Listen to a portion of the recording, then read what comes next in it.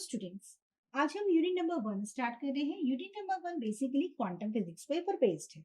पर हमें ये देखना है कि क्लासिकल फिजिक्स का क्या ड्रॉबैक था जिस कारण से हमें क्वांटम फिजिक्स की आवश्यकता पड़ी। तो अगर हम बात करें, क्लासिकल फिजिक्स जो है वो मैक्रोस्कोपिक पार्टिकल मतलब जिन्हें हम आंख से देख सकते हैं, जैसे आंख में कोई गाड़ी है या सामान है या जो एक जगह से मूव कर रहा है एक जगह दूसरी जगह। तो उसमें हमने देखा था कि जो क्लासिकल फिजिक्स है वो न्यूटन के सिद्धांत पर बहुत अच्छे से काम करता है, थर्मोडायनेमिक्स के सिद्धांत पर अच्छे से काम करता है, मैक्सवेल्स की इक्वेशन पे काम करता है। पर जब हम माइक्रोस्कोपिक पार्टिकल्स की बात करते हैं, यानी कि ऐसे सूक्ष्म पार्टिकल जिनको हम आंख से नहीं देख सकते, जैसे प्रोटॉन, न्यूट्रॉन, इलेक्ट्रॉन आदि की बात करें अगर हम, तो उन पर जो कुछ सिद्धांत थे जो न्यूटन्स के थे या थर्मोडायनेमिक्स के थे, वो उस पर अच्छी तरह से लागू नहीं हो पा रहे थे। और वो क्या कारण थे जिनके कारण वो अच्छी तरह से हमको लागू नहीं कर पाए। तो एक्चुअली अगर हम बात करें तो क्लासिकल फिजिक्स जो है वो मैक्रोस्कोपिक पार्टिकल वर्ल्ड के लिए तो बहुत अच्छा था। पर जब जैसे फोटो इलेक्ट्रिक इफेक्ट की बात आई या कुलम्स या आपका कॉम्पटन इफेक्ट की बात आई या ब्लैक बॉडी रेडिएशन की बात आई, तो ये सारे सिद्धांत जो थे वो आपका क्लासिकल फिजिक्स जो था वो अच्छे से एक्सप्लेन नहीं कर पाया कि ऐसा क्या कारण था कि फोटो इलेक्ट्रिक इफेक्ट में हम कहते थे एक amount of threshold amount of frequency ही डाली जाएगी तब आपका फोटोन इमिट आउट होगा। तो ऐसा क्या बात थी कि क्योंकि क्लासिकल फिजिक्स में अगर हम बात करें तो एनर्जी को कंटिन्यूअस माना था, तो फिर एक थ्रेशोल्ड अमाउंट ऑफ एनर्जी की ही क्यों जरूरत पड़ी, उससे बाकी सारी एनर्जी में क्यों इमिट आउट नहीं हो रहा था। ये सारी चीजें जो थी, या ब्लैक बॉडी रेडिएशन की बात करें या कॉम्पटन स्कैटरिंग की बात करें, तो कॉम्पटन इफेक्ट की बात करें, तो ये सब एक्सप्लेन नहीं कर पाया। इसके अलावा अगर हम बात करें तो रदरफोर्ड ने एक एटॉमिक मॉडल दिया था। उसके हिसाब से अगर हम बात करें तो एटम जो है उसके अंदर एक पॉजिटिव चार्ज था, न्यूक्लियस जिसे हमने कहा। न्यूक्लियस के अंदर क्या था, प्रोटॉन और न्यूट्रॉन, क्योंकि प्रोटॉन के ऊपर पॉजिटिव चार्ज होता है तो न्यूक्लियस एक पॉजिटिव चार्ज है, उसके चारों तरफ जो है वो इलेक्ट्रॉन रिवॉल्व कर रहा था। ठीक है। पर अगर हम बात करें तो रिवॉल्व के लिए नेसेसरी कंडीशन है आपका centripetal force due to the circular motion, है ना, जिसे हम कूलम फोर्स के ऑफ अट्रैक्शन एंड रिपल्शन की बात करें, attractive of electron and the positive nucleus के कारण।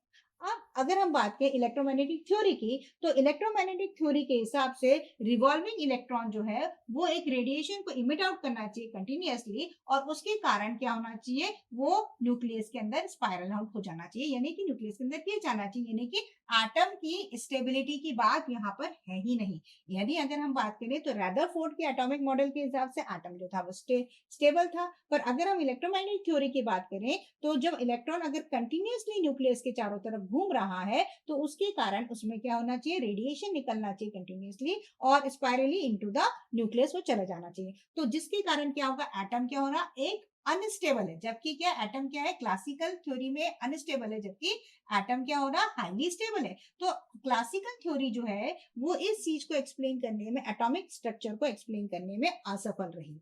उसी के अलावा अगर हम बात करें तो हाइड्रोजन का स्पेक्ट्रम, अगर आपने देखा होगा तो हाइड्रोजन के स्पेक्ट्रम में आपने एक फॉर्मूला पढ़ा होगा फ्रीक्वेंसी के लिए, that is nu is equal to R, that is 1/n1 का स्क्वायर माइनस 1/n2 का स्क्वायर। ये आपको हाइड्रोजन एटम प्रॉब्लम अगर याद हो तो न्यू क्या था, न्यू बार मतलब वेव नंबर, आर आपका रेलेवंस कांस्टेंट और n1 n2 जो थे आपके इंटीजर्स थे। अकॉर्डिंग टू अगर हम बात करें क्लासिकल फिजिक्स, तो आपका एनर्जी का स्पेक्ट्रम क्या होना चाहिए, कंटिन्यूअस होना चाहिए। जबकि आपने हाइड्रोजन एटम प्रॉब्लम में पढ़ा होगा कि जो एनर्जी का स्पेक्ट्रम है आपको डिस्क्रीट मिला था, अलग अलग एनर्जी पे अलग अलग n1 n2 के उस पे आपको अलग अलग लाइंस मिली थी। ठीक है, लैमन बार्बर पास्चन सीरीज। तो इसको भी आपका क्लासिकल थ्योरी नहीं बता पाया कि किन कारणों से एनर्जी जो है वो कंटिन्यूअस नहीं दिख रही है हमें। ठीक है, डिस्क्रीट मतलब अलग अलग नंबर पर अलग अलग रेडिएशंस क्यों हमको मिल रहे हैं, तो ये चीज को एक्सप्लेन नहीं कर पाया। तो क्लासिकल फिजिक्स के बेसिक ड्रॉबैक थे कि क्लासिकल फिजिक्स एक तो हाइड्रोजन स्पेक्ट्रम को नहीं बता पाया, एटम की स्टेबिलिटी को नहीं बताया पाया, फोटो इलेक्ट्रिक इफेक्ट को नहीं बता पाया ढंग से, Compton effect, black body radiation और बहुत सारी चीजों को क्लासिकल फिजिक्स अच्छे से एक्सप्लेन नहीं कर पाया। इसलिए हमें एक ऐसी फिजिक्स की आवश्यकता थी जो हमें ये बता पाए कि हमारा जो जो इसके एक्सप्लेनेशन दे पाए कि फोटो इलेक्ट्रिक इफेक्ट में ये प्रभाव क्यों हो रहा है, क्यों हमको एनर्जी कंटिन्यूअस नहीं डिस्क्रीट की जरूरत है, या ऐसा क्यों हो रहा है। ठीक है, तो ये हमारा आगे जो डेवलपमेंट हुआ, दैट इज प्लैंक ने बताया, ब्लैक आपका डी ब्रॉगली हाइपोथेसिस आए, या श्रोडिंगर या Pauli exclusive principle, Heisenberg uncertainty principle, ये सारी चीजों ने हमको आगे फर्दर एक्सप्लेन किया, जिसे हम आगे के वीडियोस में देखेंगे। अब एक एक्सपेरिमेंट जैसे हम बताएं कि जो ये प्रूव कर रहा था कि ये एक पर्टिकुलर एनर्जी पर नहीं होता, एनर्जी डिस्क्रीट है, ये मतलब वेव लाइक प्रॉपर्टीज को एक्सप्लेन करने के लिए, क्योंकि हमने जब प्लैंक ने बताया lambda is equal to H upon P, या डी ब्रॉगली हाइपोथेसिस आया कि जो पार्टिकल है वो कभी कभी जो माइक्रोस्कोपिक पार्टिकल है उसके साथ एक वेव एसोसिएटेड है, और कभी कभी वो पार्टिकल की तरह बिहेव करता है, कभी कभी वो वेव की तरह बिहेव करता है, वेव ड्युअलिटी नेचर जो हमने पढ़ना है, ठीक है, आगे की क्लास में। तो एक ऐसा एक्सपेरिमेंट था, डेविसन जर्मन एक्सपेरिमेंट, जिसने ये बताया कि beam of the material shows the wave like property. तो आपका एक अमेरिकन फिजिसिस्ट थे सी डेविसन एंड एल जर्मन ने 1927 में एक एक्सपेरिमेंट को परफॉर्म करा by the diffraction effect of produce by the electron, मतलब एक डिफ्रैक्शन के प्रभाव को इलेक्ट्रॉन के द्वारा प्रोड्यूस हुआ, उसको हमने देखा। तो उन्होंने क्या करा कि इस तरह से कोई एक अरेंजमेंट करा जिसमें एक फिलामेंट लिया था उन्होंने, और ये इलेक्ट्रॉन गन थी, और यहाँ पे निकल का टारगेट रखा, उन्होंने क्रिस्टल रखा और उसके ऊपर इंसिडेंट करा। तो बेसिकली उन्होंने ये बताया कि wave nature associated with the particle, मतलब इलेक्ट्रॉन के साथ भी एक वेव नेचर एसोसिएटेड है। और उन्होंने ये एक्सपेरिमेंट को परफॉर्म करने के लिए उन्होंने क्या करा, वेवलेंथ को मेजर किया बाय इलेक्ट्रॉन एक्सिलरेटेड, इलेक्ट्रॉन को अलग अलग पोटेंशियल डिफरेंस पर एक्सिलरेट किया उन्होंने क्या किया कि लैम्डा को फाइंड आउट करने के लिए विद द स्लो इलेक्ट्रॉन को एक्सिलरेट किया by the potential difference of 30 to लेके 100 वोल्ट तक की रेंज में उन्होंने उसको डिफरेंशिएट करके करा। तो अब जब उन्होंने ये परफॉर्म किया तो उन्होंने क्या करा, परफॉर्म करने के लिए आपने वेव इलेक्ट्रॉन को पास करा एक्सपेरिमेंट में, यहाँ पे इलेक्ट्रॉन गन से, और फिलामेंट को आपने हीट करा, इलेक्ट्रॉन गन मिला। अब उसी टाइम पर जो इसके ये जो एक्सपेरिमेंट उन्होंने परफॉर्म किया उसमें अगर हम देखें तो प्राइमरी क्या करा उन्होंने, एनर्जी यहाँ से आपकी रिलीज हुई और इलेक्ट्रॉन यहाँ से आया, इंसिडेंट हुआ इस निकल के किस टारगेट के ऊपर। अब हमने जो पोजीशन रखा था हमारा, वो ये यहाँ पर आपका इलेक्ट्रॉन डिटेक्टर है, यहाँ पे जब लाइट आएगी तो स्कैटर्ड होके यहाँ पे निकल के क्रिस्टल पे पड़ेगी, और स्कैटर्ड होके यहाँ पर हम जो इलेक्ट्रॉन डिटेक्टर है यहाँ से हम उसको डिटेक्ट करेंगे। अब ये दोनों ही चीजें जो क्या है, आपका जो पोजीशन ऑफ द टारगेट है, यहाँ पे हम एंगल अलग अलग लगा सकते हैं, और ये डिटेक्टर भी हमारा मूवेबल है, मतलब हम अलग अलग एंगल्स पर यहाँ पर इलेक्ट्रॉन को डिटेक्ट करने की कोशिश कर रहे हैं, और ये भी पोजीशन आपकी मूवेबल है। तो हमने यहाँ पे क्या करा, जो निकल का टारगेट था वो हमने यहाँ पे सिलेक्ट किया है, और एक पर्टिकुलर टेम्परेचर पे हमने ले लिया है, that is a single nickel crystal. हमने उसको हीट इस तरह से करा है at particular such a temperature पे कि वो जो आपका निकल का जो टारगेट है वो अपने आप में सिंगल निकल क्रिस्टल जो है ट्रांसफॉर्म होता है ग्रुप ऑफ क्रिस्टल्स में। मतलब हमने निकल के टारगेट को इसको इतना हीट करा एक ऐसे टेम्परेचर पे हीट करा कि जो निकल का सिंगल क्रिस्टल था वो ट्रांसफॉर्म होके हमको ग्रुप ऑफ क्रिस्टल्स में दिखा, and therefore by the reflection became the non uniform। तो इसके कारण क्या हुआ, हमारा जो रिफ्लेक्शन था वो नॉन यूनिफॉर्म हुआ, एंड द लाइट स्कैटर्ड, और जो इलेक्ट्रॉन स्कैटर्ड हो रहा था वो पर्टिकुलर इंटेंसिटी का, वो हमने यहाँ पर मैक्सिमम इंटेंसिटी या मिनिमम इंटेंसिटी हमको मिली, वो डिपेंड कर रहा था कि उस पर इलेक्ट्रॉन की कितनी एनर्जी है। तो इंटेंसिटी मतलब अलग अलग इंटेंसिटीज पर हमको ये चीज मिली। तो हमने क्या करा, इसको अगर देखें तो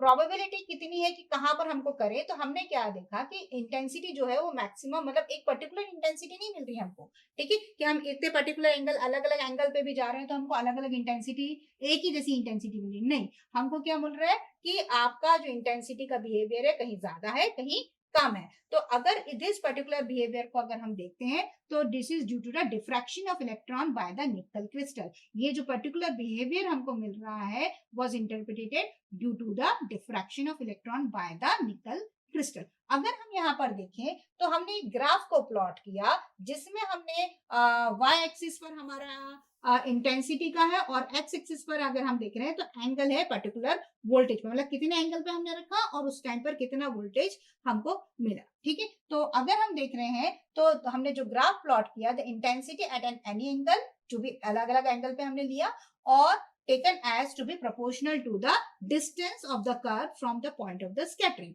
तो अगर हम यहाँ पे ग्राफ पे देखते हैं तो हमें मैक्सिमम जो इंटेंसिटी है वो ऑप्टेन हो रही है जब आपकी एक्सिलरेटिंग पोटेंशियल कितना है 54 डिग्री है और एंगल कितना रखा है हमने 50 डिग्री पर रखा है, यानी एक्सिलरेट अलग अलग पोटेंशियल पे हमने बात करी थी ना, हमने 30 से लेके 100 वोल्ट तक गए थे।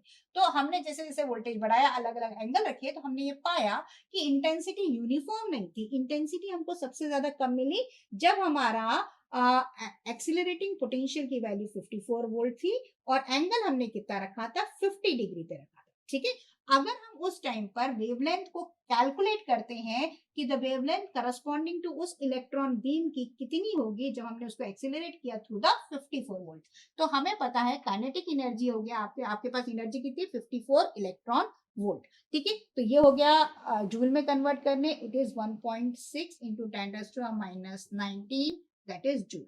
ठीक है, अब हमें मोमेंटम पता है that is equal to √2m of k। Mass of the electron होता है 9.1 into 10⁻31 that is 2 into 9.1 into 10⁻31 into हमारा एनर्जी है ये दैट इज 554 इंटू 1.6 इंटू 10⁻19। ये सब अंडर रूट के अंदर है। जब हम इसे सॉल्व करेंगे तो it's come out to be 4 into 10⁻24 4.0 into 10⁻24 kg per second।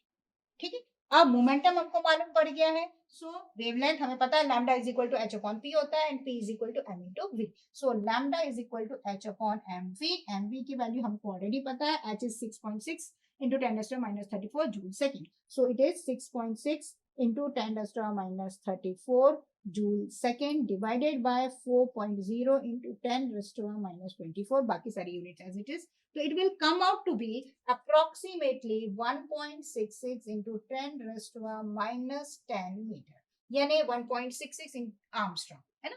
तो ये आपकी कैलकुलेटेड होगी।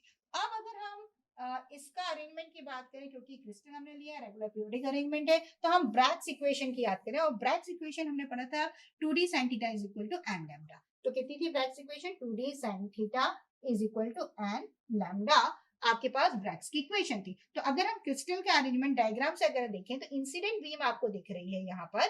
ठीक है, तो ऑर्डर ऑफ द डिफ्रैक्शन अगर हम ले रहे हैं, n is the order of the diffraction, lambda आपकी वेवलेंथ हो गई and d is the interplanar separation and theta जो है वो आपका ग्लांसिंग एंगल है। तो निकल का अगर, क्योंकि हमने क्रिस्टल लिया हुआ है एज अ टारगेट ले रखा है, तो निकल क्रिस्टल में जो लैटिस स्पेसिंग होती है वो होती है 0.91 आर्मस्ट्रॉन्ग। कितनी होती है 0.91 आर्मस्ट्रॉन्ग की स्पेसिंग होती है। और ग्लांसिंग एंगल क्योंकि हम 50 डिग्री पे हमने वो करा है तो it will be equal to आपका हो गया 180 माइनस 50 डिवाइडेड बाय 2। तो 180 minus 50 divided by 2 that is comes out to be, ये पूरा हो जाएगा, it is comes out to be 65 degree. ठीक है, तो हमारा ग्लांसिंग एंगल कितना हो गया, अगर आप डायग्राम से देखते हैं तो हमारा जो स्कैटर्ड डायरेक्शन था उसके हिसाब से अगर हम देखें तो ये 50 का ये हो गया एंगल आप दिख रहे हैं। तो यहाँ पर हमारे पास ग्लांसिंग एंगल की वैल्यू आ गई 65 डिग्री। अब अगर हम फर्स्ट ऑर्डर ऑफ डिफ्रैक्शन की बात कर रहे हैं तो आपके पास n इज इक्वल टू हो गया 1। तो आपका फॉर्मूला क्या था 2d sin theta is equal to n lambda. तो थीटा आ गया आपके पास, theta will be our 65 degree.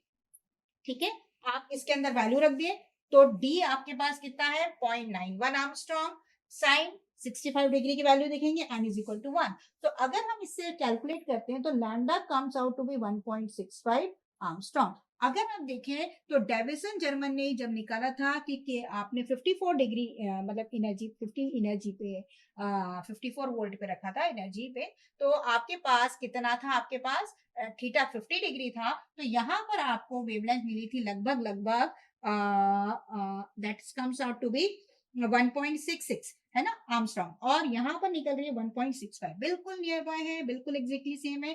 तो जो wavelength calculated by the Davisson Germer resembles with the Bragg's equation. तो इससे हम ये प्रूफ कर पाए कि किस तरह से पार्टिकल के साथ भी एक वेव एसोसिएटेड है, और यहाँ पर हमने इसको प्रूफ किया। Thank you for watching.